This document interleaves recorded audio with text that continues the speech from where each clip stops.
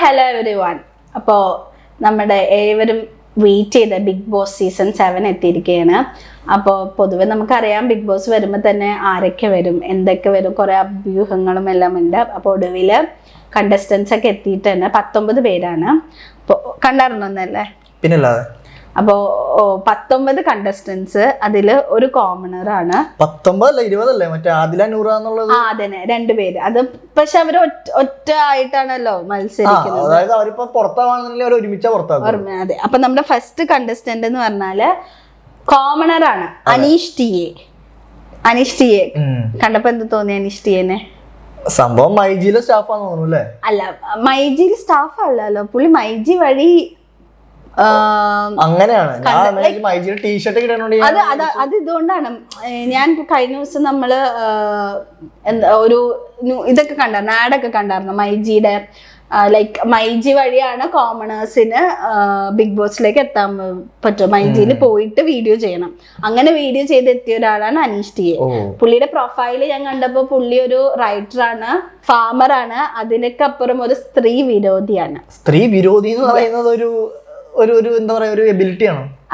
Like അങ്ങനെയാണ് നമുക്ക് പുള്ളിയുടെ ഇൻട്രൊഡക്ഷൻ കൊടുത്തേക്കുന്നത്. എനിക്ക് തോന്നുന്നത് സ്ത്രീ വിരോധി എന്നൊക്കെ പറയുമ്പോ ഒബ്വിയസ്ലി ഒരുപാട്. അപ്പൊ പുള്ളി ഇൻട്രൊഡക്ഷൻ പറഞ്ഞ സമയത്ത് പറഞ്ഞിട്ടുണ്ടാവും ഞാനൊരു സ്ത്രീ വിരോധിയാണ്. അപ്പൊ ബിഗ് ബോസിന് മനസ്സിലായി ഇവനെ ബിഗ് ബോസിൽ എടുത്തു കഴിഞ്ഞാൽ ഒരു അടി പൊട്ടിക്കാനുള്ള സംഭവം ഉണ്ട്.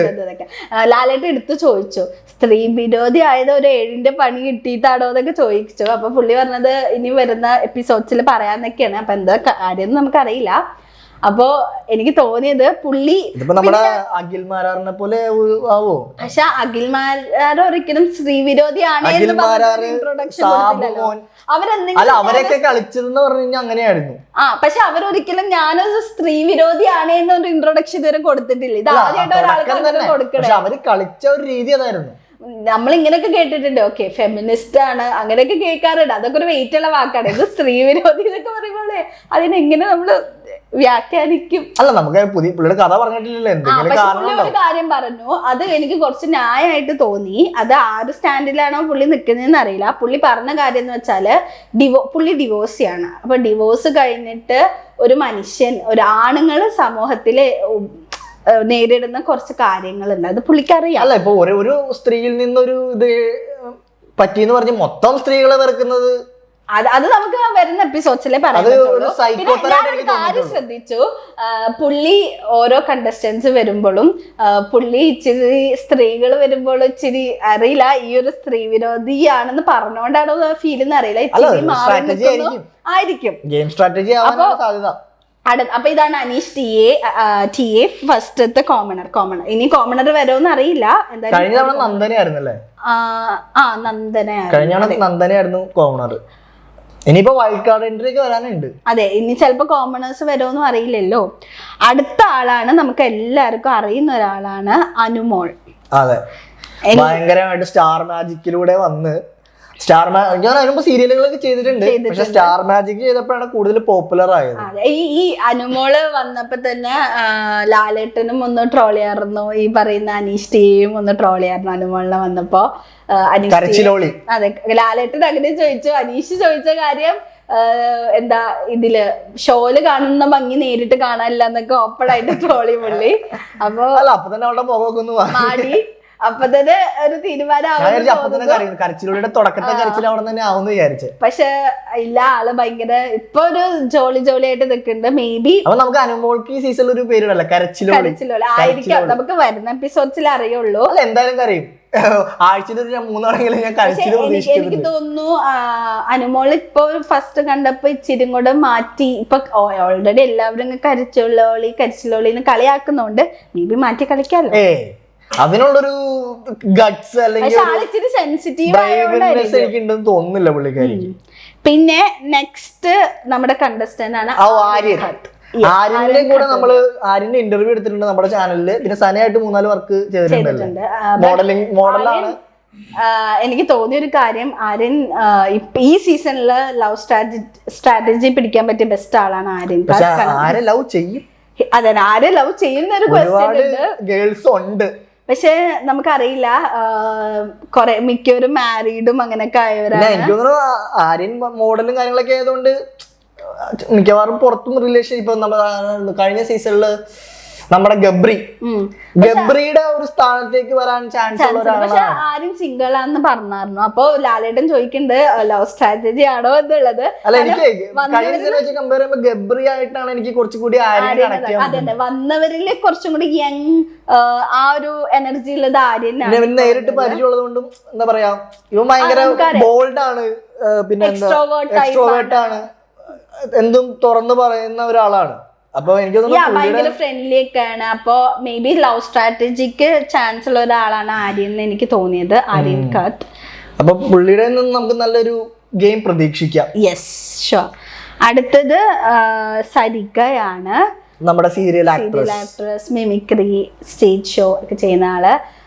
എനിക്ക് സിനിമകളും ചെയ്തിട്ടുണ്ട്.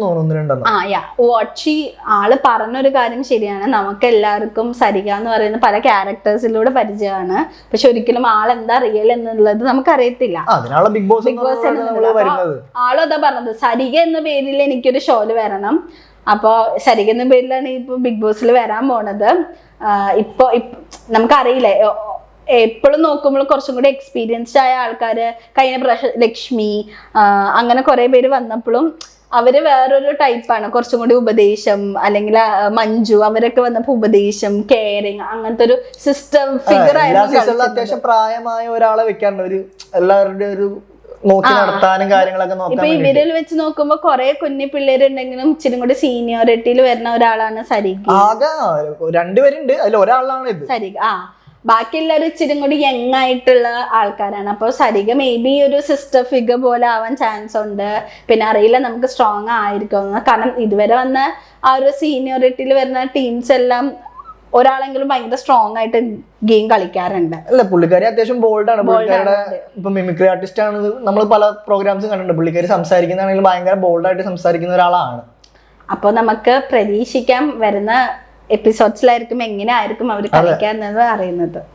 പിന്നെ അടുത്ത ആള് അക്ബർ, ഒരുപാട് പേരുടെ ഫാൻ ആണ്, ഒരുപാട് പേര് അക്ബർ. എനിക്കറിയില്ല, അക്ബർ പറഞ്ഞത് ഇന്നലെ അത് ഞാൻ അറിഞ്ഞത് ഇൻട്രൊഡക്ഷനിൽ പറഞ്ഞു ഏഷ്യാനെറ്റ് മൈലാഞ്ചി എന്ന് പറഞ്ഞ പരിപാടിയിൽ വന്നിട്ടുണ്ടായിരുന്നു. പക്ഷെ ഞാൻ കാണുന്നത് സരിഗമപ്പയിലാണ്, സി കേരളത്തില്. ആള് വൺ ഓഫ് ദി ബെസ്റ്റ്, എന്താ പറയാ, ആ ഒരു ഷോയില് നല്ലൊരു സിംഗർ ആയിരുന്നു, ഒരുപാട് പേര് ഫാൻസ് ഉണ്ടായിരുന്നു. അപ്പൊ അക്ബർ എന്ന് വരുമ്പോ തന്നെ ഒരുപാട് യങ് ഫാൻസ് വരാനുള്ള ചാൻസ് ഉണ്ട്, കാരണം ആള് സിംഗർ ആയതുകൊണ്ട് തന്നെ അതിന് നല്ലൊരു ചാൻസ് ഉണ്ട് അക്ബറിന്. അത് എന്താ നീ ഒന്നും പറഞ്ഞോ? എനിക്കറിയില്ല, ആളെ കുറിച്ച് എനിക്കറിയില്ല. അപ്പൊ നിനക്ക് ഇന്നലെ കണ്ടതിനെ പറ്റിയിട്ട് നിനക്ക് പറ. കണ്ടതിലെന്താ, അത്യാവശ്യം നല്ലൊരു പ്ലെയർ ആയിരിക്കും, അല്ലെങ്കിൽ ബിഗ് ബോസ് എടുക്കത്തില്ലല്ലോ. നമ്മളിപ്പോ ഇന്ന് തുടക്കത്തിൽ തന്നെ ഒരാളെ വിലയിരുത്തുന്നത് ശരിയല്ല, കാരണം ഇവരുടെ എന്ത് തോന്നുന്നു അക്ബറിന്റെ ഇൻട്രൊഡക്ഷൻ കണ്ടപ്പോ തോന്നിയത് എന്താണ്? കുഴപ്പമില്ല. കഴിഞ്ഞ സീസൺ വെച്ച് നോക്കുമ്പോ ഈ പറയുന്ന ഏതൊരു കണ്ടസ്റ്റന്റ് എടുത്തു നോക്കിയാലും നല്ല കണ്ടസ്റ്റന്റ് ആയിട്ടാണ് എനിക്ക് തോന്നിയേക്കുന്നത് അക്ബർ. പക്ഷെ എനിക്ക് തോന്നിയത് അക്ബർ കേറി വന്നപ്പോൾ ലൈക്ക് ബാക്കിയുള്ളവരെ വെച്ച് നോക്കുമ്പോൾ എല്ലാവരും നന്നായി സംസാരിക്കുന്നു, അക്ബർ പക്ഷെ ലിമിറ്റ് ചെയ്തിട്ട് സംസാരിക്കുന്നതെന്ന് തോന്നി. പക്ഷെ എനിക്കറിയില്ല, വരുന്ന സമയത്ത് അക്ബറിന്റെ സ്ട്രോങ് ഒരു ഇത് കാണാൻ പറ്റുമെന്ന് ഞാൻ പ്രതീക്ഷിക്കുന്നു. അടുത്തത് RJ ബിൻസി, ഒരു RJയും കൂടെ നമുക്ക് കിട്ടിയേക്കുവാണ്, RJ ബിൻസി. ഞാൻ RJ ലൈക്ക് ബിൻസിനെ വെച്ച് നോക്കുവാണെങ്കിൽ എനിക്ക് പേഴ്സണലി അറിയില്ലെങ്കിലും വർക്ക് റിലേറ്റഡ് ആയിട്ട് ഞാൻ ബിൻസിനോട് സംസാരിച്ചിട്ടുണ്ട്. നല്ല രസം, നല്ല ഇപ്പൊ ഈ നിങ്ങൾ ഷോയില് കണ്ട പോലെ തന്നെ ഭയങ്കര എക്സ്ട്രോവേർട്ടായിട്ട് നല്ല രീതിയിലാണ് എപ്പോഴും ഭയങ്കര ഫ്രണ്ട്ലി ആയിട്ട് സംസാരിക്കുന്ന ഒരാളാണ്. ഭയങ്കര എനർജി ആണെന്ന് എനിക്ക് തോന്നി ഇന്നലെ കണ്ടപ്പോ ആരതും. പിന്നെ ആളുടെ സ്റ്റോറിയിലാണെങ്കിലും അത് ഭയങ്കര ഇൻസ്പയർ ആവേണ്ട ഒരു സ്റ്റോറിയാണെന്ന് എനിക്ക് തോന്നി, ലൈക്ക് RJ എന്ന് പറയുന്നത്. നമുക്ക് പ്രതീക്ഷിക്കാം. പക്ഷെ ആള് ഇപ്പൊ ഭയങ്കര എക്സ്ട്രോവേർട്ടായി എനർജറ്റിക് ആയി നിൽക്കുന്ന, എനിക്ക് തോന്നുന്നു ബിഗ് ബോസിൽ അങ്ങനെ നിൽക്കുമ്പോ കുറച്ചും കൂടി സ്പേസ് കിട്ടുമായിരിക്കും. എന്ത് തോന്നി RJ ബിൻസിനെ കണ്ടിട്ട്? ഈ പറഞ്ഞ പോലെ തന്നെ RJ ആണല്ലോ, RJ ആവണമെങ്കിൽ തന്നെ സംസാരിക്കാൻ ഭയങ്കര കഴിവുള്ള ഒരാളാണ് RJ ആവുന്നത്. അപ്പൊ ബിഗ് ബോസിൽ നമുക്ക് ആ ഒരു കഴിവ് കാണാം. യെസ്. അടുത്ത കണ്ടസ്റ്റന്റ് നമ്മുടെ ഒനിയൽ സാബു. അതൊരു പേരിൽ തന്നെ ഭയങ്കര, ഞാൻ വിചാരിച്ചേ ഒനിയൽ എന്ന് പറഞ്ഞപ്പോ ഞാൻ വിചാരിച്ചു പുള്ളിയുടെ ഇൻസ്റ്റാഗ്രാം പ്രൊഫൈലോ അല്ലെങ്കിൽ ഇൻസ്റ്റാഗ്രാം യൂസർ നെയിമോ അങ്ങനെ എന്തായിരിക്കും. ഒനിയൽ ഭയങ്കര ഡിഫറെന്റ് നെയിമാണ്. ഈ പേര് കണ്ടപ്പോ എങ്ങനെയാണ് പ്രൊനൗൺസ് ചെയ്തത്? ആക്ച്വലി അതേ പറഞ്ഞത് നമ്മുടെ കോമഡർ അനീഷ എന്ന് പറഞ്ഞായിരുന്നു. ഞാൻ പേര് കണ്ടപ്പോ 1AL ആണെന്ന് വിചാരിച്ചെന്ന് പറഞ്ഞായിരുന്നു.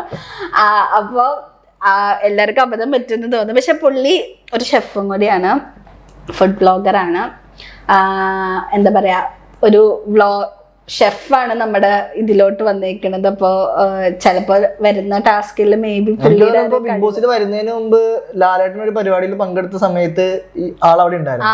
അപ്പൊ ലാലേട്ടൻ പറഞ്ഞു സാൻഡ്വിച്ച് ഉണ്ടാക്കി തരണം എന്ന് പ്രത്യേകം പറഞ്ഞിട്ടുണ്ട് പുള്ളിനോട്.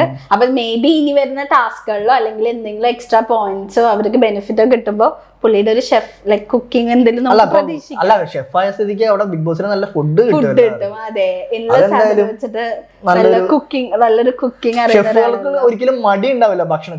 കഴിഞ്ഞ സീസണിലൊക്കെ പലർക്കും ഭക്ഷണം ഉണ്ടാക്കാൻ മടിയായിരുന്നു. ഇതിപ്പോ ഒരു ഷെഫ് ഉള്ളത് കൊണ്ട് ഭക്ഷണത്തിന് പഞ്ഞുണ്ടാവില്ല. യെസ്, നന്നായിട്ട് നല്ല ഫുഡ്സ് കഴിക്കാതെ എനിക്ക് തോന്നുന്നു. നെക്സ്റ്റ് കണ്ടസ്റ്റന്റ് എന്താ പറയാ, ബിന്നി. യെസ്, ടെലിവിഷൻ താരമാണ്, സീരിയലിലൊക്കെ കാണുന്ന ഒരുപാട് പേർക്ക് ഫാൻസ് ഉള്ള താരമാണ്. നമുക്ക് ആളെ കൂടുതൽ അറിയുന്നത് ഗീതാ ഗോവിന്ദം എന്ന് പറയുന്ന സീരിയലിന്റെ ആക്ട്രസ് ആയിരുന്നു, ഹീറോയിൻ ആയിരുന്നു. അപ്പൊ ബിന്നി സെബാസ്റ്റ്യൻ ആണ് നെക്സ്റ്റ്. എനിക്ക് തോന്നിയത് ആള് ഭയങ്കര എനർജറ്റിക് ആണ്, ഇച്ചിരി പാവാണ്, കാണാൻ ഗ്ലാമർ ആണ്. എനിക്ക് തോന്നുന്നു ഒരു ലവ് സ്ട്രാറ്റജി ഒക്കെ മാരീഡ് ആണോ? മാരീഡ് ടു നൂബിൻ ജോണി എന്ന് പറഞ്ഞ വേറൊരു ആക്ടർ ആയിട്ടാണ് മാരീഡ് ചെയ്യുന്നത് സീരിയലിലുള്ളത്. അതെ, ഷീസ് മാരീഡ് ആണ്. അപ്പൊ പിന്നെ നമുക്ക് ലവ് സ്ട്രാറ്റജിയിലേക്ക് പ്രതീക്ഷിക്കില്ല. ആള് പക്ഷെ ഭയങ്കര പാവാണെന്ന് എനിക്ക് തോന്നുന്നു. ഇപ്പൊ ഞങ്ങള് കഴിഞ്ഞ ദിവസം നമ്മളൊരു ഇന്റർവ്യൂ എടുത്തു, നമ്മുടെ ചാനലിൽ തന്നെ ഇന്റർവ്യൂ എടുത്തായിരുന്നു. ആ ആളുടെ ഒപ്പം നമ്മൾ സംസാരിച്ചുള്ളൂ, ബിന്നിനെ പറ്റി കഴിഞ്ഞ ദിവസം സംസാരിച്ചുള്ളൂ. അപ്പൊ ശരിക്കും ഇതൊരു വണ്ടർ ആയിരുന്നു. നമ്മൾ സംസാരിച്ച ഒരാൾ പെട്ടെന്ന് തന്നെ ബിഗ് ബോസിൽ കാണുമ്പോ ഒരു വണ്ടർ ആയിരുന്നു. അപ്പോ പിന്നെ വരുന്ന ഒരാളെന്ന് വെച്ചാല് അഭിലാഷ് ആണ്, ഇൻഫ്ലുവൻസർ ആണ്.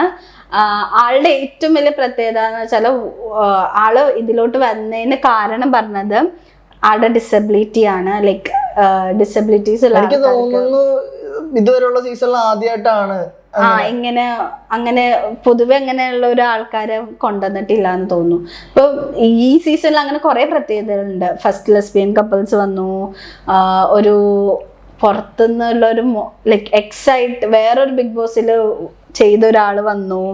അപ്പോൾ അതെ, അഭിലാഷിന്റെ ഏറ്റവും വലിയ പ്രത്യേകത എന്ന് പറഞ്ഞാൽ പുള്ളി എടുത്ത് പറഞ്ഞു, എന്നെ പോലെ ഡിസബിലിറ്റീസ് ഉള്ളവർക്ക് ഒരു ഇൻഫ്ലുവൻസ് ആവണം, എന്നെ കണ്ടിട്ട് അവർ ഇൻഫ്ലുവൻസ് ആവണം, മാറി നിൽക്കരുത് എന്ന് പറഞ്ഞിട്ട്. ശരിയാണ്, അതിന്റെ ആവശ്യമുണ്ട്. ആള് കുറച്ച് ഇതാണ് എന്താ പറയാ, റോങ് ആണ്. റോങ് മീൻസ് എല്ലാത്തിലും കയറി പ്രതികരിക്കുന്ന ഒരാളാണ് അനാവശ്യമായിട്ട്. ഇപ്പൊ നമ്മുടെ ചാനലിലാണെങ്കിൽ ഒരു പബ്ലിക് ഒപ്പീനിയൻ എടുത്തിട്ടുണ്ടായിരുന്നു, ഹാൻഡിക്യാപ്ഡ് ആയിട്ടുള്ള ഒരാളെ വ്യക്തികളെ കല്യാണം കഴിക്കുമോ എന്നുള്ളത് ചോദിച്ചിട്ട്. അത് നമ്മുടെ ഒരു സബ്സ്ക്രൈബർ അല്ലെങ്കിൽ ഒരു ഫോളോവർ നമുക്ക് കമന്റ് ചെയ്തിട്ട് അല്ലെങ്കിൽ ഇൻസ്റ്റയിൽ മെസ്സേജ് അയച്ചിട്ട് ചോദിക്കാൻ പറഞ്ഞിട്ട് നമ്മൾ ചോദിച്ചാണ്. ഈ പുള്ളി ഇതിനെതിരെ എതിർത്ത് വീഡിയോ ചെയ്യുന്നു, നമുക്ക് മെസ്സേജ് അയച്ച് ഭീഷണിപ്പെടുത്തുന്നു, കേസ് കൊടുക്കും എന്നൊക്കെ പറഞ്ഞിട്ട് നമ്മുടെ ചാനലിലായിട്ട് ബന്ധപ്പെട്ടിട്ടുണ്ടായിരുന്നു. നമ്മളായിട്ട് കൊണ്ടുവരുന്ന ക്വസ്റ്റ്യൻസ് അല്ല നമ്മൾ ഇടയ്ക്ക് അത് വെച്ച് നോക്കുമ്പോ നമുക്ക് ഒരു ഇൻഫ്ലുവൻസ് എന്ന് പറഞ്ഞാൽ എന്താണ് സമൂഹത്തിൽ നടക്കുന്നതിനെ എതിർക്കണല്ലോ. അല്ല, ഇത് വെറുതെ അല്ലാതെയും പല പ്രശ്നങ്ങൾ ഈ പുള്ളി ഉണ്ടാക്കിയിട്ടുണ്ടെന്നുള്ള രീതിയിലാണ് ഞാൻ കേട്ടേക്കുന്നത്. അല്ല, പൊതുവേ എന്ന് പറഞ്ഞ ഒരു ഇൻഫ്ലുവൻസ് എന്ന് പറയുമ്പോൾ അങ്ങനെ തന്നെയാണ്, പ്രതികരിക്കും, റിയാക്ട് ചെയ്യും. അങ്ങനെയുള്ള ഒരാള് ഈ ബിഗ് ബോസ് വരുമ്പോ തന്നെ ഒബ്വിയസ്ലി അവിടെ എന്ത് നടന്നാലും ഹി വിൽ റിയാക്ട്. അപ്പൊ ഹീസ് എ സ്ട്രോങ് പ്ലെയർ എന്ന് നമുക്ക് പറയാൻ പറ്റും, ചാൻസ് ഉണ്ട്. അങ്ങനെ റിയാക്ട് ചെയ്യുന്ന ഒരാളാണല്ലോ ബിഗ് ബോസ്. ആവശ്യമായിട്ട് എല്ലാ കാര്യത്തിലും കയറി റിയാക്ട് ചെയ്യുന്നത് അതിനിപ്പോ നമുക്ക് അറിയത്തില്ലല്ലോ, ബിഗ് ബോസ് വരുമ്പോ ആളുടെ സ്ട്രാറ്റജി എന്തായിരിക്കും എന്ന് അറിയത്തില്ലല്ലോ. അത് വരുന്ന വെച്ച് നമുക്ക് നോക്കാം. അടുത്തത് യങ്ങസ്റ്റ് പ്ലെയർ ആണ് ബിഗ് ബോസിന്റെ അല്ലെ. ഈ ഒരു ഏജിലുള്ള ആദ്യമായിട്ടാണ് ആര് വരുന്നത്. ഞാൻ ആ കുട്ടീനെ കണ്ടപ്പോ ഈ കുട്ടിക്ക് 18 വയസ്സായോ, അത് ക്വാളിഫൈഡ് ആയോ എന്ന് വിചാരിച്ചായിരുന്നു. റെന ഫാത്തിമ കണ്ടായിരുന്നു. BBA ഏവിയേഷൻ അങ്ങനെ എന്തോ പഠിക്കുന്നത്. പക്ഷെ നമുക്ക് കണ്ടേനെ ഭയങ്കര കുഞ്ഞു കൊച്ചിനെ പോലെ അല്ലേ. ഞാൻ പെട്ടെന്ന് വിചാരിച്ചത് കുട്ടി 18 വയസ്സ് പോലും ആയിട്ടില്ല എന്നാണ്. അപ്പൊ ഞാനും ആലോചിച്ചത് എന്ത് ഇത്ര കുഞ്ഞു കൊച്ചിന്റെ അടുത്തേക്കിടേത്. അപ്പൊ പിന്നെ ഡീറ്റെയിൽസ് പറയുമ്പോഴാണ് മനസ്സിലാവുന്നത്. പക്ഷെ എന്തായാലും ഒരു 3 മാസം ഉണ്ടല്ലോ, അപ്പൊ ആളുടെ പഠനത്തെ ബാധിക്കില്ലേ അത്? ഒബ്വിയസ്ലി നമ്മളിങ്ങനെ ഒരു ഷോയിലോട്ട് വരുന്നു എന്ന് പറയുമ്പോ അങ്ങനെ സപ്പോർട്ട് ചെയ്യുന്ന ടീംസ് ഉണ്ടാവുമല്ലോ. അല്ല, ഇപ്പൊ കോളേജ് സ്കൂളുകളൊക്കെ ആണെങ്കിൽ അങ്ങനെ ഒരു പെർമിഷൻ കൊടുക്കുമോ? ഒരു കരിയർ അല്ലെങ്കിൽ ഒരു വിദ്യാഭ്യാസം എന്ന് പറഞ്ഞാൽ ഭയങ്കര ഇമ്പോർട്ടന്റ് ആയിട്ടുള്ള കാര്യമാണല്ലോ. ഡിസ്റ്റന്റ് ആയിട്ടും പഠിക്കാം, പല പല ഓപ്ഷൻസ് ഉണ്ടല്ലോ ഇപ്പൊ. അപ്പൊ ഒബ്വിയസ്ലി അതിനൊരു സൊല്യൂഷൻ കാണാൻ പഠിക്കാൻ പറ്റില്ലല്ലോ. അവിടെ എന്തായാലും പഠിക്കാൻ പറ്റില്ല. 3 മാസം ഇപ്പൊ 100 ദിവസം നിൽക്കാണെന്ന് വിചാരിക്കും. അങ്ങനെ വിചാരിച്ചിട്ടാണല്ലോ എല്ലാവരും കയറുന്നത്. 2 ആഴ്ച നിൽക്കാന്ന് പറഞ്ഞാൽ ആരും കയറില്ലല്ലോ.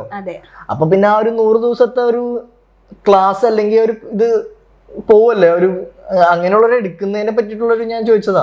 അത് മേ ബി അവരെന്തെങ്കിലും ഒരു സൊല്യൂഷൻ കണ്ട് കാണും, അങ്ങനെ ആയിരിക്കും അവരിതാക്കി. ഇപ്പോ ഒരുപാട് പേര് ലീവ് എടുത്തിട്ട് വരുന്നവരുണ്ട്, 5 വർഷം ലീവ് എടുത്തിട്ട്. പക്ഷെ വിദ്യാഭ്യാസത്തിൽ അങ്ങനെ ലീവ് എടുക്കാൻ പറ്റില്ല, നമുക്ക് ജോലിയിൽ ലീവ് എടുക്കാം.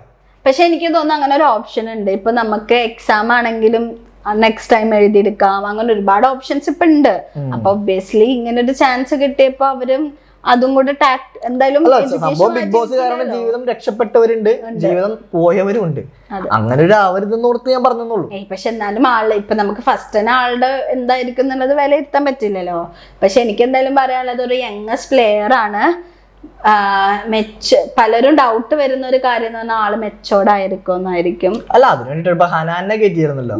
ഹനാനെ പോലുള്ളൊരു മിക്കവാറും എനിക്ക് ഹനാനായിട്ട് കമ്പയർ ചെയ്യാനാണ് തോന്നിയത്. അതെ, കാരണം മെച്ചൂരിറ്റി ഇല്ലാണ്ട് പല കാര്യങ്ങളും നടക്കോ, പ്രശ്നങ്ങൾ ഉണ്ടാവോ, ഡിസിഷൻസ് അതൊക്കെ നമുക്ക് നോക്കണം. അതറിയില്ല, അത് ഇനി വരുന്ന ഇതിലാണ് പറയാൻ പറ്റുള്ളൂ. പക്ഷെ ആളെടുത്ത് പറഞ്ഞു 16-ാം വയസ്സ് മുതൽ സ്വന്തം കാലിൽ നിൽക്കാൻ തുടങ്ങിയതാണ്. അപ്പൊ മെച്ചൂരിറ്റി ഇല്ലാന്ന് ആരും വിചാരിക്കരുതെന്ന് എടുത്ത് പറഞ്ഞിട്ടുണ്ട്. മെച്ചൂരിറ്റി, അതെ, പ്രായം കൊണ്ട് ഒരു കാര്യമില്ല. അതെ.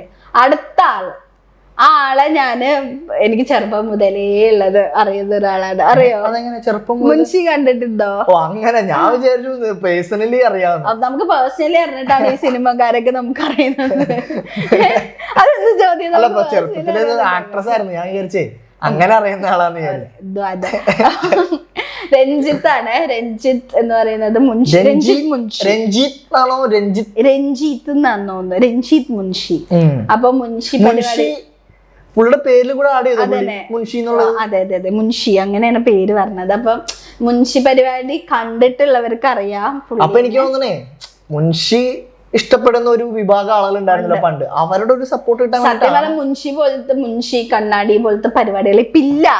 അതൊക്കെ ഒരു എന്താ പറയാ, ഇതൊക്കെ പല ചാനലുകൾ തുടങ്ങിയിട്ടുണ്ട്. പക്ഷെ മുൻഷി അതെ, മുൻഷി ഇതൊക്കെ പറയുമ്പോ തന്നെ എനിക്കറിയില്ല ഇപ്പത്തെ ജനറേഷൻ മുൻഷി കണ്ടിട്ടുണ്ട്. പക്ഷെ കണ്ടിട്ടുണ്ടാവോന്ന് അറിയില്ലല്ലോ.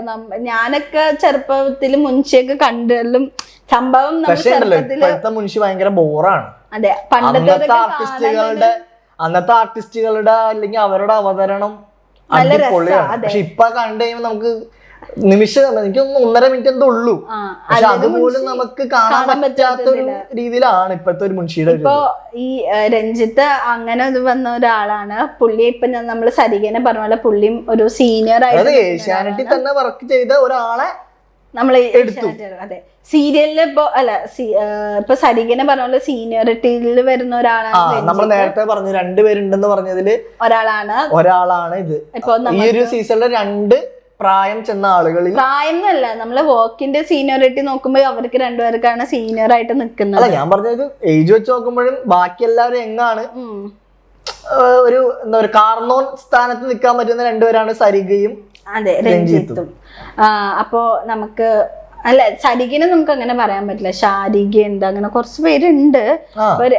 ഞാൻ പറയുന്നത് വർക്കും ഇവരുടെ സീനിയോറിറ്റി വെച്ച് നോക്കുമ്പോ സരികയും രഞ്ജിത്തും നമുക്ക് അങ്ങനെ ലൈക്ക് ആൾക്ക് ഇപ്പൊ സിനിമയിലാണെങ്കിലും എല്ലാത്തിലാണെങ്കിലും ഒരുപാട് വർഷമായിട്ട് നമ്മള് കണ്ടുപരിചയമുള്ള ആളാണ്. അങ്ങനെ നോക്കുമ്പോ ഇവര് സീനിയോറിറ്റി ലെവലിൽ വരുന്നവരായിരിക്കും. നമ്മള് പ്രായം നോക്കണതിനകത്ത് അതെ അതെ അതെ, പ്രായം എന്തായാലും ഒരു ഘടകമാണ്. എനിക്ക് സരികയുടെ കറക്റ്റ് ഏജ് എങ്ങനെയെന്ന് എനിക്ക് കറക്റ്റായിട്ട് അറിയില്ല. അടുത്ത ആളാണ്, അയ്യോ ആളെ കണ്ടിട്ട് എനിക്ക് ഭയങ്കര ഒരു മോഡൽ, ജിസി അങ്ങനെ എന്തോ പറയാ, ജിസയിലോ അങ്ങനെ എന്തോ പറഞ്ഞത്, തക്രാൽ മോഡലാണല്ലേ? യെസ്, മോഡലാണ്. ഒരു എക്സ് ബിഗ് ബോസ് ആണ്. ഏത് എക്സ് ബിഗ് ബോസ് തമിഴാണോ? തമിഴാണ്, എനിക്ക് കറക്റ്റായിട്ട് ഏതിലാന്ന് അറിയില്ല. ആള് മുംബൈന്ന് എന്തോ ആണ് വന്നത്. അപ്പൊ ഹിന്ദി ആവാനായിരിക്കും ചാൻസ് എന്ന് തോന്നുന്നു. അപ്പോ അത് നോക്കണോ? ഓക്കെ. അപ്പോ എക്സ് ബിഗ് ബോസിനും കൂടിയാണ്. ആളിപ്പോ ആലപ്പുഴക്കാരിയാണ്, അതാണ് രസം. മലയാളം അറിയോന്ന് ചോദിച്ചാല് കേൾക്കുമ്പോ നമുക്ക് കൊഞ്ചം മലയാളം പറയുന്നത്. അതെ, അപ്പൊ അങ്ങനെ കുറച്ചറിയുന്ന ഒരാളാണ്. പക്ഷെ നന്നായി മലയാളം സംസാരിക്കുന്നുണ്ട്. പക്ഷെ ആള് കാണാൻ നല്ല ഭംഗിയുണ്ട്. അതെ, ഒരു അതെ. മോഡൽ എനിക്ക് തോന്നുന്നു യങ്സ്റ്റേഴ്സിനെ കുറച്ചുകൂടി അട്രാക്ട് ചെയ്യാൻ, ബിഗ് ബോസിലേക്ക് അട്രാക്ട് ചെയ്യാൻ പറ്റിയ, അതെ, ഒരുപാട് എന്താ പറയാ നമ്മുടെ ചെറിയ ചെറിയ ചെറിയ നമ്മുടെ ക്യാമറമാൻ കാർത്തിയാണെങ്കിൽ പോലും അതെ, ചെറിയ ചെറിയ ചെറിയ ചെറിയ ആൾക്കാർക്ക് മനം കവരാൻ ചാൻസ് ഉള്ള ഒരാളാണ് ജിസേൽ. ഒരു എന്താ പറയാ, ആളുടെ ഭംഗിയും ആളുടെ മോഡലും കൂടെ കൊണ്ട് നമുക്ക് അങ്ങനെ ഒരു അട്രാക്ഷനും കൂടെ വരാനുണ്ട്. ഒരുപാട് ഫാൻസ് ഉണ്ടാവാൻ ചാൻസ് ഉണ്ട് ജിസേലിന്. അതെ, ഇപ്പൊ ഇന്നലെ തന്നെ നമ്മുടെ ഗ്രൂപ്പുകൾ ചർച്ച ചെയ്തപ്പോ തന്നെ നമ്മൾ ഇതിൽ ആരെ സപ്പോർട്ട് ചെയ്യണം എന്ന് പറഞ്ഞപ്പോൾ പറഞ്ഞ കൂട്ടത്തിലൊരാളാണ് ജിസേലാണ്. അതെ. അടുത്തത് നമ്മുടെ മീഡിയ ആയിട്ട് റിലേറ്റ് ചെയ്ത ഒരാളാണ്.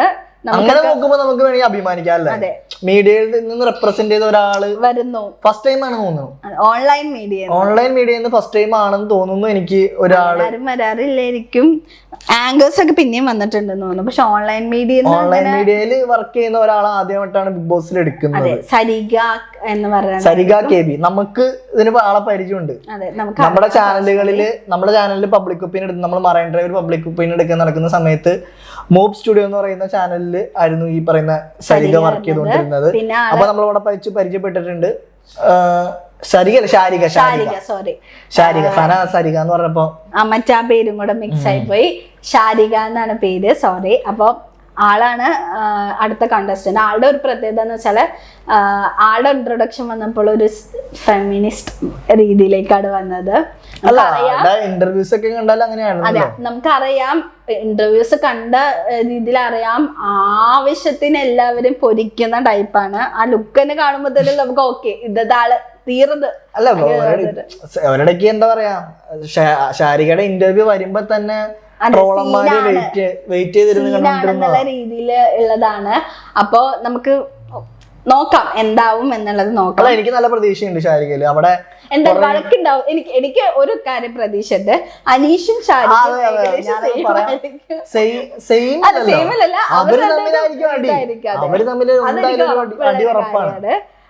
പിന്നെ അടുത്ത കോണ്ടസ്റ്റന്റ് എനിക്കറിയില്ല, സീരിയൽ കാണാത്തവർക്ക് അറിയാമെന്ന് അറിയില്ല. ഇതിനറിയാത്ത ആരുണ്ടാവുക, സീരിയല് കാണാത്ത. ഞാൻ ഇന്നവരെ സീരിയലൊന്നും കണ്ടിട്ടില്ല, പക്ഷെ എനിക്കറിയാലോ. രുദ്രൻ അറിയാത്തവർ ആരൊക്കെയാന്ന് എനിക്കറിയില്ല. അവിടെ വരുന്ന ആൾക്കാരിൽ നിന്ന് രുദ്രൻ ഫാൻ ആണെന്ന് പറയാണ്. അപ്പൊ രുദ്രനാണ് നമ്മുടെ എല്ലാരും പറയണത്. രുദ്ര എന്ന് പറയുമ്പോൾ എനിക്ക് ഈ ഷാനവാസ് എന്നുള്ളതിനേക്കാളും പേരിട്ടാ. എനിക്ക് ഇപ്പൊ ഈ വരുന്ന കോണ്ടസ്റ്റൻസിൽ ചിലവർക്ക് ഒരുപാട് സീരിയൽ സപ്പോർട്ട്സ് കിട്ടും. ഈ രുദ്രൻ ഫാൻസ്. എനിക്ക് തോന്നുന്നു അതുകൊണ്ടാണ് ഫാമിലി ഓഡിയൻസ് ഏറ്റവും തിയേറ്ററിൽ പോയി സിനിമ ആണെന്നല്ലോ, നമുക്ക് TV ഓൺ എളുപ്പത്തിൽ കാണാൻ പറ്റുന്ന ഒരു പ്രോഗ്രാമാണ് ബിഗ് ബോസ്. അപ്പൊ ആ ഓഡിയൻസിന്റെ ഒരു സപ്പോർട്ട് നല്ല രീതിയിൽ ഈ പറയുന്ന ഷാനവാസിന് കിട്ടാൻ സാധ്യത. ആ സീരിയൽ ഇഷ്ടപ്പെടുന്ന അല്ലെങ്കിൽ രുദ്രൻ എന്ന ക്യാരക്ടർ ഇഷ്ടപ്പെടുന്ന ആളുകളുടെ സപ്പോർട്ട് എന്തായാലും നല്ല രീതിയിൽ കിട്ടും. അങ്ങനെയുള്ള ഒരു ക്യാരക്ടറാണ്, അല്ല അങ്ങനെ ഒരു കണ്ടസ്റ്റന്റ് ആണ് നമ്മൾ പ്രതീക്ഷിക്കാം. ഇനി രുദ്രൻ ശരിക്കും നമ്മള് ഷാനവാസ് ഓഫ് സ്ക്രീനിലൊക്കെ ഭയങ്കര ഒരു പാവം രീതിയിലാണ്. പക്ഷെ ചെയ്തു വെച്ച ക്യാരക്ടേഴ്സ് ഒക്കെ ഭയങ്കര സീൻ ക്യാരക്ടേഴ്സ് ആണ്. ഇനി നമുക്ക് രുദ്രനായിട്ടാണോ ഷാനവാസ് ആയിട്ടാണോ കാണേണ്ടത് നമുക്ക് അറിയില്ല.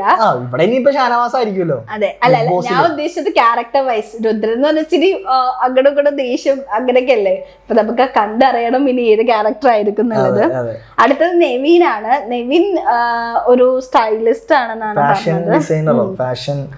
അപ്പൊ ആള് നമുക്ക് ഇപ്പൊ ലൈക്ക് നമുക്ക് വെച്ച് നോക്കുമ്പോ പേഴ്സണലി എങ്ങനെ അറിയാനോ, എനിക്ക് ആളെ കണ്ടപ്പോ അല്ലെങ്കിൽ ആളുടെ ഒരു ആറ്റിറ്റ്യൂഡ് കണ്ടപ്പോ ആരായിട്ടാ തോന്നിയെന്ന് അറിയാവോ?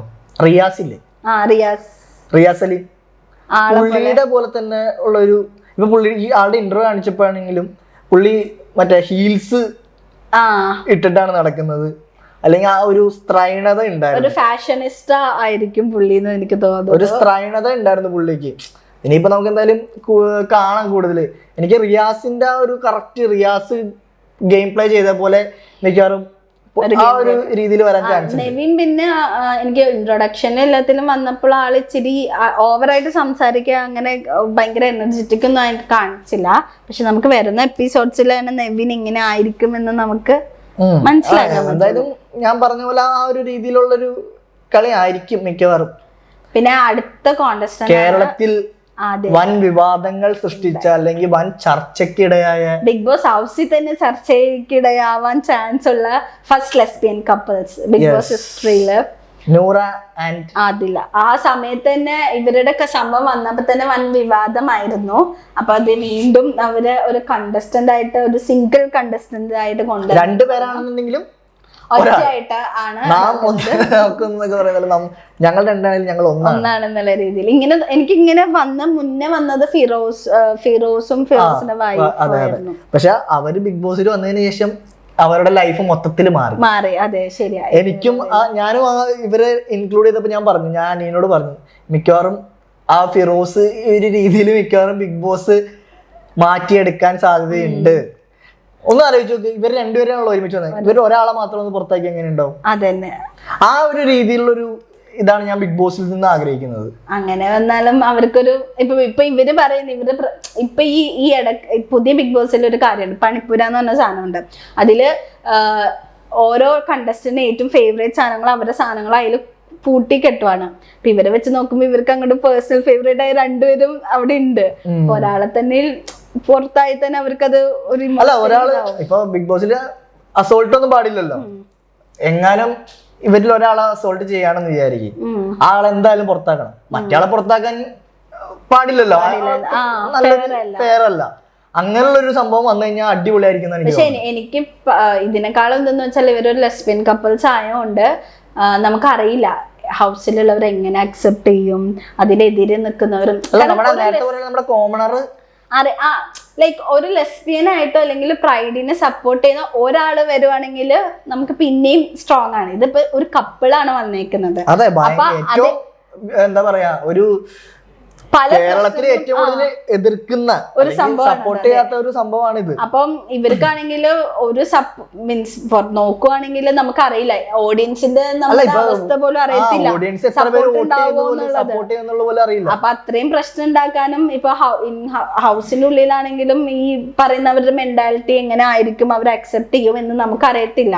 അത് വരുന്ന അപ്പൊ ഏറ്റവും കൂടുതൽ പ്രശ്നങ്ങളും നേരിടാൻ ചാൻസ് ഉള്ള ഒരു ഏറ്റവും കൂടുതൽ അവഗണന പ്രശ്നങ്ങളെന്നല്ല അവഗണന നേരിടാൻ പുറത്ത് നമ്മളിപ്പോ ഓഡിയൻസിന്റെ ഭാഗത്തു നിന്നാണെന്നുണ്ടെങ്കിലും ബിഗ് ബോസിന്റെ ഉള്ളിൽ നിന്നാണെങ്കിലും ഏറ്റവും കൂടുതൽ അവഗണന നേരിടാൻ സാധ്യതയുള്ള രണ്ടുപേരാണ്. അപ്പൊ നമുക്ക് ഇനി വരുന്ന അനുസരിച്ച് അറിയുള്ളൂ എന്താ സിറ്റുവേഷൻ എന്നുള്ളത്. അടുത്തത് ശൈത്യ എന്ന് പറയുമ്പോ എനിക്ക് എപ്പോഴും ഓർമ്മ വരാം, മറ്റേ ഒരു പരിപാടിയിൽ ചെന്നിട്ട് അമ്മയും മോളും കൂടെ പ്രശ്നം ഉണ്ടാക്കി എന്ന് പറഞ്ഞിട്ട് ഒരു ഇന്റർവ്യൂ. അതിന് മുമ്പ് നമ്മള് ആളെ പരിചയപ്പെട്ടിട്ടുണ്ട്. നമ്മൾ ഇന്റർവ്യൂസ് എടുത്തിട്ടില്ല. നമ്മളൊരു സിനിമയുടെ പ്രൊമോഷൻ ഇപ്പൊ ഫേസ്ബുക്കിൽ ഭയങ്കരമായിട്ട് നന്ദകുമാർ എന്ന് പറഞ്ഞിട്ട് ഒരു പുള്ളിയുണ്ട്. ഇപ്പൊ ഇറങ്ങുന്ന മലയാള സിനിമകൾ മൊത്തം പുള്ളിയുടെയാ. അങ്ങനെയുള്ള ഒരു പുള്ളിയുണ്ട്. ആ പുള്ളിയുടെ ഒരു പടം നമ്മൾ ഇതിനു മുമ്പ് ഓഡിയോ ലോഞ്ചിന് എന്താ പോയപ്പോ ഇതുവരെ ഇറങ്ങിയിട്ടില്ല, ഇതുവരെ പടം തിയേറ്ററിൽ വന്നിട്ടില്ല. ആ സമയത്ത് നമ്മൾ ആളെ പരിചയപ്പെട്ടിട്ടുണ്ട്, നമ്പറൊക്കെ മേടിച്ചിട്ടുണ്ട്. പക്ഷെ ഇതൊരു ഇന്റർവ്യൂവിന് വിളിച്ചിട്ട് വരാൻ പറ്റിയില്ല. ശരിയാ. അപ്പൊ ശൈത്യയുടെ പക്ഷെ എനിക്ക് പെട്ടെന്ന് ഓർമ്മ തന്നെ, ശൈത്യ ഈ അടുത്ത് മറ്റൊരു പരിപാടിയിൽ വന്നിട്ട് അമ്മയും മോളും കൂടെ ഉള്ളൊരു പ്രശ്നം ഉണ്ടായിരുന്നു. അത് ഭയങ്കര വിവാദമായിരുന്നു. അപ്പൊ ശൈത്യ ഒരു അഡ്വക്കേറ്റും കൂടിയാണ്. കുറെ ലോ പോയിന്റ്സ് ഇവിടെ നമുക്ക് ഉണ്ട്, അഡ്വക്കേറ്റ് ഉണ്ട്, ഡോക്ടർ ഉണ്ട്, സ്റ്റൈലിസ്റ്റ് ഉണ്ട്. ബിന്നി ഡോക്ടറാ. അതെ, ബിന്നി മെഡിസിൻ ചെന്നൈ ചൈനയിൽ മെഡിസിൻ പഠിച്ചതാണ്. അതെ, ഒരു ഡോക്ടർ ഉണ്ട്, സ്റ്റൈലിസ്റ്റ് ഉണ്ട്, അങ്ങനെ ഒരുപാട് ആൾക്കാരുണ്ട്. എന്തല്ലേ അല്ല അഡ്വക്കേറ്റും കൂടി ആകുമ്പോഴൊരു വാദിക്കാനുള്ളൊരു ഇതുണ്ട്. അപ്പൊ നമ്മൾക്ക് നോക്കുകയാണെങ്കിൽ സ്റ്റൈലിസ്റ്റ്, ഡോക്ടർ, അഡ്വക്കേറ്റ്, ആങ്കർ, പിന്നെ റന എനിക്ക് തോന്നുന്നു മേക്കപ്പ് ആയിട്ട് റിലേറ്റഡ് ആണെന്ന് തോന്നുന്നു. അങ്ങനെ കുറെ പല ടൈപ്പുള്ള ആൾക്കാർ, എഴുത്തുകാരുണ്ട്, അങ്ങനെ പല ടൈപ്പുള്ള ആൾക്കാരാണ് വന്നേക്കണത് അല്ലേ. അപ്പോ ശൈത്യ എന്താണ്, അപ്പൊ നമുക്ക് ശൈത്യ അത്യാവശ്യം നല്ല രീതിയിൽ കളിക്കാൻ ചാൻസ് ഉള്ള ഒരു പ്ലെയർ ആണ്. അടുത്തതാണ് നമ്മുടെ മെയിൻ താരം. അല്ല സംഭവം എനിക്ക് പ്രതീക്ഷ ഉണ്ടായിരുന്നു കേട്ടോ.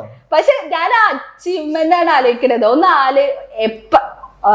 ഒരു പെട്ടെന്ന് വന്നു അങ്ങ് അടിച്ചു കയറി ഇപ്പൊ ബിഗ് ബോസിൽ ആളുടെ പേര് പറയാൻ നമ്മൾ പറഞ്ഞുപോയി, രേണുസുതി. അപ്പം എനിക്ക് അറിഞ്ഞൂടാ ആള് എന്തായിരിക്കും അവസ്ഥ. പക്ഷെ ഈ രേണുസുതിയുടെ കാര്യം പറയുമ്പോഴുണ്ടല്ലോ നമ്മൾ അലിൻ ജോസ് പെരേരനെ ഒന്ന് ഓർക്കേണ്ടതായിട്ട് വരും. കാരണം രേണുസുതി വന്നിട്ട് ഇപ്പൊ പറഞ്ഞാൽ നമ്മൾ 6-8 മാസം എന്തോ ആയിട്ടുള്ളൂ. അതിനിടയിൽ ഈ പറയുന്ന ആളുടെ റീച്ച് ഭയങ്കര ഡൗൺ ആയി പോയി കഴിഞ്ഞപ്പോൾ ഈ അലിൻ ജോസ് പെരേരായിട്ട് 3-4 റീൽസ് കാര്യങ്ങൾ ചെയ്തു, ഷോർട്ട് ഫിലിം ചെയ്തു, ആൽബം ചെയ്തു, ഇന്റർവ്യൂസ് ചെയ്തു. പിന്നെ സുധി മരിച്ചതിന്റെ ആണ്ട് എന്തോ വന്നിരുന്നു. അവിടെ ഈ പറയുന്ന അലിൻ ജോസ് പെരേരയുടെ ഒരു സാന്നിധ്യം ഭയങ്കര ഇതായിരുന്നു രേണു സുധിയുടെ ആ ഒരു സോഷ്യൽ മീഡിയ അറ്റൻഷന്. ഈ പറയുന്ന അലിൻ ജോസ് പെരേര ബിഗ് ബോസിൽ കയറണം എന്ന് പറഞ്ഞിട്ടാണ് ഈ പറഞ്ഞ കോമാളിത്തരങ്ങൾ മൊത്തം കാണിച്ചെന്നൊക്കെയുള്ള രീതിയിലാണ് പുള്ളി പറയാറ്. നമുക്ക് പേഴ്സണലി അറിയാവുന്ന ഒരാളായതുകൊണ്ട്. പക്ഷെ അലിൻ ജോസ് പെരേരയുടെ ഒരു സ്ഥാനത്തേക്ക് രേണു സുധി കയറിയ പോലെ എനിക്ക് തോന്നിയത്. പക്ഷെ അതുകൊണ്ട് കാര്യമില്ലല്ലോ. ഇപ്പൊ രേണു സുധി അങ്ങനെ ബിഗ് ബോസിൽ കയറണം എന്നാണെങ്കിൽ അതിനനുസരിച്ചിട്ട് ബിഹേവ് ചെയ്യണം. രേണു അത് ചെയ്തു. ആള് നല്ല സ്ട്രാറ്റജി ആയിട്ട് എല്ലാം ചെയ്തു, എല്ലാം ക്ലീൻ ആക്കി, വേണ്ട സപ്പോർട്ട്സും കിട്ടി, നെഗറ്റീവ്സിനും അതിനനുസരിച്ചിട്ട് ഹാൻഡിൽ ചെയ്ത് എല്ലാം ചെയ്തു. പക്ഷെ ഒരുപാട് ഓഡീഷൻസ് ഉണ്ട് ബിഗ് ബോസിലേക്ക് കയറണം. അത് ഈ പറയുന്ന ആളും ഈ പറയുന്ന അലിൻ ജോസ് പെരേരയും അതിനനുസരിച്ച് ചെയ്തിരുന്നെങ്കിൽ ആൾക്കും കിട്ടിയേനെ. ഓഡീഷനിൽ പോയല്ലേ. ഈ രേണു സുധി എന്നുള്ളൊരു വ്യക്തി സോഷ്യൽ മീഡിയയിൽ ഇത്ര ഫേമസ് ആയില്ലായിരുന്നു. എനിക്ക് തോന്നുന്നു അലിൻ ജോസ് പെരേര ആയിരിക്കും ഈ ഒരു ആൾക്ക് പകരം. അറിയത്തില്ല, എനിക്ക് തോന്നുന്നില്ല അങ്ങനെ. കാരണം സന്തോഷ് വർക്കി എന്ന് പറയുന്ന വ്യക്തി പോകില്ല എന്ന് എന്തായാലും പുള്ളിനെ ഇതിനു മുമ്പ് വിളിച്ചിട്ടുണ്ട്, ഈ തവണയും വിളിച്ചിട്ടുണ്ട്. പുള്ളി ഉറപ്പിച്ച് പറഞ്ഞിട്ട് പോകില്ലാന്ന്. പക്ഷെ ഈ അലിൻ ജോസ് പെരേര എന്നുള്ള വ്യക്തി രേണു സുധിക്ക് പകരം എന്തായാലും വന്നേനെ, ഉറപ്പുള്ള. എനിക്ക് പ്രതീക്ഷയില്ല. കാരണം നമുക്ക് അറിയത്തില്ല, ഈ പറഞ്ഞ പോലെ ഒരുപാട് ഓഡീഷനിലും ഞാനിപ്പോ പറയുന്നത് വൈൽഡ് കാർഡ് എൻട്രി വരുന്നുണ്ട്. മലയാളികൾക്ക് ഭയങ്കര എന്റർടൈൻമെന്റ് ആയിരിക്കും അലിൻ ജോസ് പെരേര ബിഗ് ബോസിൽ വരാണെങ്കിൽ. ഒരുപാട് ഫണ്ണായിട്ടുള്ള സംഭവങ്ങൾ എന്തായാലും പുള്ളിക്ക് ചെയ്യാൻ പറ്റും. അല്ല, അത് എനിക്ക് നേരെ ഓപ്പോസിറ്റ് ഇതാണ്, വരാതിരിക്കും നല്ലത്. അല്ല, മലയാളികൾക്ക് എന്റർടൈൻമെന്റ് കിട്ടും, കുറച്ച് നല്ല ചിരിക്കട്ടെ, ഒരു സന്തോഷിക്കട്ടെ. ബിഗ് ബോസ് തന്നെ പൂട്ടി പോകാൻ ചാൻസ്. അല്ല, ഒരാഴ്ച മതി അവർക്ക്. നമുക്ക് ബിഗ് ബോസ് പൂട്ടി പോവാണ്. രജിത് കുമാറിന്റെ എപ്പിസോഡ് സോഷ്യൽ മീഡിയയിൽ കുറച്ച് റെസ്റ്റ് കിട്ടും ആളുകൾക്ക്. സോഷ്യൽ മീഡിയ, അതെ, എല്ലാരും പിന്നെ ടി വി കണ്ടോളല്ലോ. അവിടെ സോഷ്യൽ മീഡിയ താരങ്ങളൊക്കെ ടിവിയിലോട്ടായിട്ടുണ്ട്. എല്ലാവരും ഇനി അത് കണ്ടെന്ന് പറഞ്ഞിട്ട് അത് ഓപ്പൺ ചെയ്ത് വെച്ചോളൂ. ശരിയാ, ഫോൺ ഉപയോഗം കുറയ്ക്കാം എല്ലാവർക്കും, അങ്ങനെ ഒരു ഗുണമുണ്ട്. അല്ല, ഇപ്പൊ ഫോണിൽ ഹോട്ട്സ്റ്റാറിലാണ് എല്ലാവരും ഭൂരിഭാഗം ആളുകൾ കാണുന്നത്. പക്ഷെ അപ്പൊ അവള് ഫോൺ ഉപയോഗം കുറയത്തില്ലല്ലോ. എനിക്കറിയില്ല. പക്ഷെ എനിക്കെന്തോ ഇത് രേണു സുധി ഭയങ്കര ഒരു അച്ചീവ്മെന്റ് ആണ് ശരിക്കും പറഞ്ഞ. വെറും 6-7 മാസം കൊണ്ട് ബിഗ് ബോസിൽ കയറാന്ന് പറഞ്ഞാൽ ചെറിയൊരു കാര്യമല്ല. അതെ, രേണുവിന്റെ ലാലേട്ടൻ തന്നെ ചോദിച്ചു, സോഷ്യൽ മീഡിയ നിറച്ച രേണു താങ്കളാണല്ലോ. അല്ല, ഞാൻ ആ ഒരു ഡയലോഗ് പറഞ്ഞപ്പോ വിചാരിച്ചു ശരിക്കും അലിൻ ജോസ് പെരേര ഇരിക്കും. അങ്ങനെ സോഷ്യൽ മീഡിയ എന്ന് കേൾക്കുമ്പോൾ നമ്മൾ അലിൻ ജോസ്, സത്യം പറഞ്ഞാൽ കേരളത്തിൽ ഇത്ര റീച്ചുള്ള ഒരു വ്യക്തി അറിയില്ല. പക്ഷേ രേണു ഇപ്പൊ എന്താ പറയാ, മെയിലില് അലിൻ ജോസ് ആണെങ്കിൽ ഫീമെയില് എപ്പോഴും രേണു സുധിയാണ് ഇപ്പൊ നിൽക്കുന്നത്. ആൻഡ് രേണു സുധിയുടെ ഒരു കാര്യം എന്ന് വെച്ചാൽ, രേണു സുധി അറിയില്ല, മേ ബി പണി പാളാനുള്ള ചാൻസ് എന്ന് പറഞ്ഞാല് സെന്റി സുധി ചേട്ടന്റെ ആ ഒരു സെന്റി പിടിക്കുമ്പോ ചിലപ്പോ അത് ഒരു നെഗറ്റീവ് വരാൻ ചാൻസ് ഉണ്ട്. ഇല്ല, കേറി വരുന്ന സമയത്തിന് അങ്ങനത്തെ രീതിയിൽ സംസാരിച്ചപ്പോ ഞാൻ പല പോസ്റ്റുകളും കമന്റ്സും കണ്ടായിരുന്നു. അപ്പോൾ ഈ ഒരു സ്ട്രാറ്റജി തന്നെ പിടിക്കുകയാണെങ്കിൽ ഒബ്വിയസ്ലി അത് പണി വാളാനുള്ള എല്ലാ ചാൻസും ഉണ്ട്. കാരണം ശാരിക അവിടെ ഉണ്ട്. ശാരിക രേണു സുധിന്ന് നല്ല എടുത്ത് അലക്കിയ ഒരാളാണ്. പിന്നെ ബാക്കി എല്ലാവരും ഈ ഇൻഫ്ലുവൻസർ ആയതുകൊണ്ടും ഒരുപാട് ഹേറ്റേഴ്സ് രേണുവിന് ഉള്ളതുകൊണ്ടും മേ ബി അവിടൊക്കെ അത് റിഫ്ലക്ട് ചെയ്യാൻ ചാൻസ് ഉണ്ട്. സോ സ്ട്രോങ് ആയി നിന്നേ പറ്റൂ. ആ വീക്ക് ക്യാരക്ടറോ അല്ലെങ്കിൽ സെന്റിയോ പിടിച്ചാല് പെട്ടെന്ന് താഴേക്ക് പോകാൻ ചാൻസ് ഉണ്ടാവും. എന്തായാലും നമുക്കറിയില്ല. രേണു സുധിക്ക് കുറെ സപ്പോർട്ടേഴ്സ് ഉണ്ട് തോന്നുന്നു. എന്തായാലും 2 ആഴ്ച ഉണ്ടാവും. ഈ പറഞ്ഞ എല്ലാ അംഗങ്ങളും അല്ലെങ്കിൽ പാർട്ടിസിപ്പൻസ് 2 ആഴ്ച എന്തായാലും ഉണ്ടാവും. 2 ആഴ്ച കൊണ്ട് നമുക്ക് എല്ലാവരും മനസ്സിലാക്കാൻ പറ്റും. അടുത്ത കണ്ടസ്റ്റന്റ്, ലാസ്റ്റത്തെ കണ്ടസ്റ്റന്റ് ഒരു സിനിമ നടനാണ്. അതെ, സിനിമാ നടനാണ്. അപ്പാനി ശരത് എന്ന് പറഞ്ഞാലായിരിക്കും കറക്റ്റ് ആയിട്ട് അറിയാം. അങ്കമാലി ഡയറീസിലൂടെ വന്ന് മലയാളികളുടെ ഹൃദയം കീഴടക്കിയ ഒരു തിരുവനന്തപുരംകാരൻ. യെസ്. അപ്പൊ അപ്പാനി ശരത്തിന്റെ എന്താ പറയാ, നമുക്ക് നല്ല പ്രതീക്ഷയുള്ള ഒരു കണ്ടസ്റ്റന്റ് ആണ്, ഒരു സിനിമാ നടനുമാണ്. നമുക്കൊക്കെ ലാലേട്ടനൊപ്പം അഭിനയിച്ചിട്ടുണ്ട്. അതെ, എനിക്ക് തോന്നുന്നു കേരളത്തിലുണ്ടല്ലോ ഒരിടയ്ക്ക് ഈ പറയുന്ന ജിമിക്കിങ് അമ്മൽ എന്ന് പറയുന്ന സോങ് ഇല്ലേ, ഏറ്റവും വ്യൂസ് ഉണ്ടായിരുന്ന ഒരു പാട്ടാണ്. ഇപ്പൊ അതിനെ വെട്ടിച്ച് ഒരുപാട് പാട്ടുകൾ കയറി. പക്ഷെ ജിമിക്കിങ് അമ്മൽ ഉണ്ടാക്കിയ ഒരു ഓളം, പണ്ട് നമ്മൾ ലജ്ജാവതി ഉണ്ടാക്കിയ ഒരു ഓളം, അതിനുശേഷം ഉണ്ടാക്കിയ ഒരു ഓളം ഉണ്ടാക്കിയ ഒരു പാട്ടാണ്. എനിക്ക് പിന്നെ ഒരു പ്രതീക്ഷയുള്ള ഒരു കണ്ടസ്റ്റന്റ് എന്നാണ് അപ്പാനി ശരത്ത്. കാരണം നമുക്ക് ഭയങ്കര ഇപ്പൊ ഓഫ് സ്ക്രീൻ ചെയ്ത് വെച്ച ക്യാരക്ടേഴ്സ് നോക്കുമ്പോൾ ഇച്ചിരി സീൻ ക്യാരക്ടർ ആണെങ്കിലും അങ്കമാലി ഡയറീസ് ഒക്കെ ഭയങ്കര പ്രോ ക്യാരക്ടർ ആണല്ലോ. പക്ഷെ ഓഫ് സ്ക്രീൻ നോക്കുമ്പോൾ എനിക്ക് ഭയങ്കര ഇഷ്ടമുള്ളൊരു നടനും കൂടെയാണ്. അപ്പൊ ഞാൻ പ്രതീക്ഷിക്കുന്നു ഭയങ്കര സ്ട്രോങ് ഗെയിം എന്ന് വരട്ടെ എന്നുള്ളത്. തീർച്ചയായിട്ടും ഉണ്ടാവും. കാരണം പുള്ളിക്ക് അത്ര എക്സ്പീരിയൻസ് ഉണ്ട്. സിനിമയിലുള്ള ഒരു എക്സ്പീരിയൻസ് എന്ന് പറഞ്ഞാൽ ചെറിയ ഒരുപാട് എക്സ്പീരിയൻസ് കിട്ടുന്ന ഒരു മേഖലയാണ് സിനിമ എന്ന് പറയുന്നത്. ആ ഒരു ഇതുകൊണ്ട് ബിഗ് ബോസിലേക്ക് ചെല്ലുമ്പോൾ നല്ല രീതിയിൽ ഗെയിം കളിക്കാൻ പറ്റുന്ന ഒരു ആൾ തന്നെയാണ് ശരത്ത്. ഇപ്പൊ ഇത്രയും പറഞ്ഞ ഇപ്പൊ 19 കോണ്ടസ്റ്റൻസ് 20 ഉണ്ട്. 19 കോണ്ടസ്റ്റൻസ് ഉണ്ട്. ഇനി രണ്ടുപേരും കൂടി വരും എനിക്ക് വെക്കാറെന്ന് എനിക്ക് തോന്നുന്നു. പിന്നെ രണ്ടുപേരും കൂടി വരാൻ ചാൻസ് ഉണ്ട്. അപ്പൊ ഇത്രയും കോണ്ടസ്റ്റൻസിൽ നിങ്ങൾക്ക് ഇപ്പൊ വന്ന കോണ്ടസ്റ്റൻസ് നിങ്ങൾക്ക് ആരൊക്കെ ആയിരിക്കും സ്ട്രോങ് ആയിട്ട് തോന്നിയത്? എനിക്ക് തോന്നുന്നു കഴിഞ്ഞ സീസണിനേക്കാളും ഏറ്റവും ബെറ്റർ. സെലക്ഷൻ 7 സീസൺ എടുത്തു നോക്കുകയാണെന്നുണ്ടെങ്കിൽ കഴിഞ്ഞ സീസൺ നമ്മൾ ഭയങ്കര ഈ കണ്ടസ്റ്റൻസ് വന്നപ്പോ നമുക്ക് ഭയങ്കര എന്താ പറയാ ആ ഒരു ഫീൽ ആയിരുന്നു.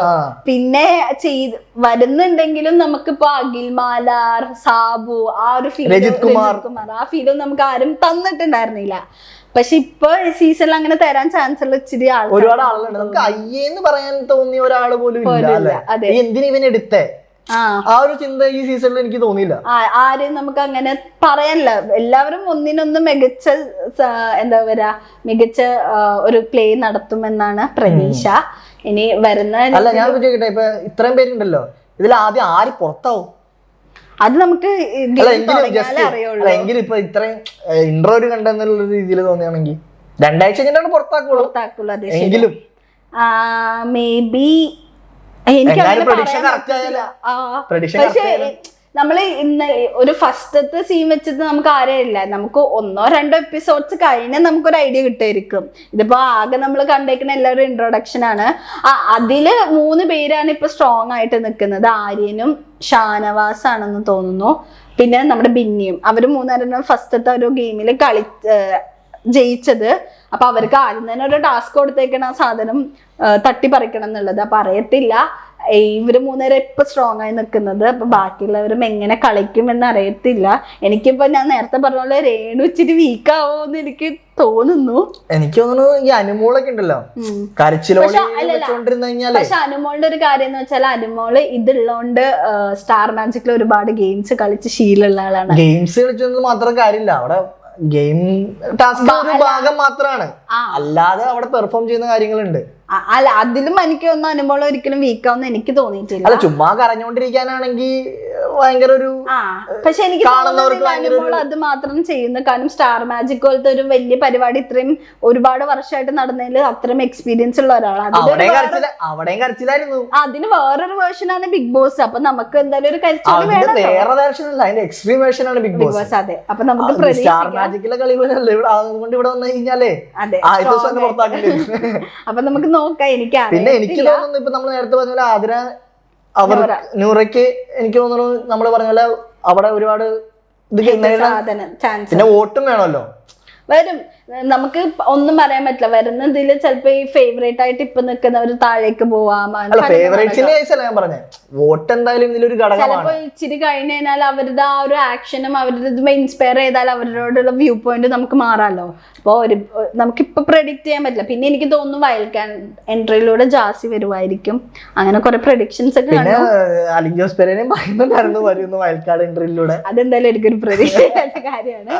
അപ്പൊ എന്തായാലും നമുക്ക് ഇനി ബാക്കി എപ്പിസോഡ്സ് ഒക്കെ കാണാം. അപ്പൊ ഇനിയിപ്പോ ഒരു 3 മാസം ഫുൾ ബിഗ് ബോസ് ആയിരിക്കും. Entertainment for people who are in TV അല്ലേ? ടിവി മാത്രല്ല, യങ്സ്റ്റേഴ്സ് ആയാലും എല്ലാവരാണെങ്കിലും ബിഗ് ബോസ് ആണെങ്കിലും ബിഗ് ബോസ് എന്തായാലും കണ്ടിരിക്കും. അപ്പൊ എന്തായാലും നമുക്ക് പിന്നെ റീൽസ് വരും, ആർമീസ് വരും. അതെ, അങ്ങനെ ഒരുപാട് സംഭവങ്ങളൊക്കെ വരും. അപ്പൊ നമുക്ക് കാണാം എന്താവും എന്നുള്ളത്. ബിഗ് ബോസ് 7 7ന്റെ പണി ആവട്ടെ എല്ലാവർക്കും കിട്ടേണ്ടത്.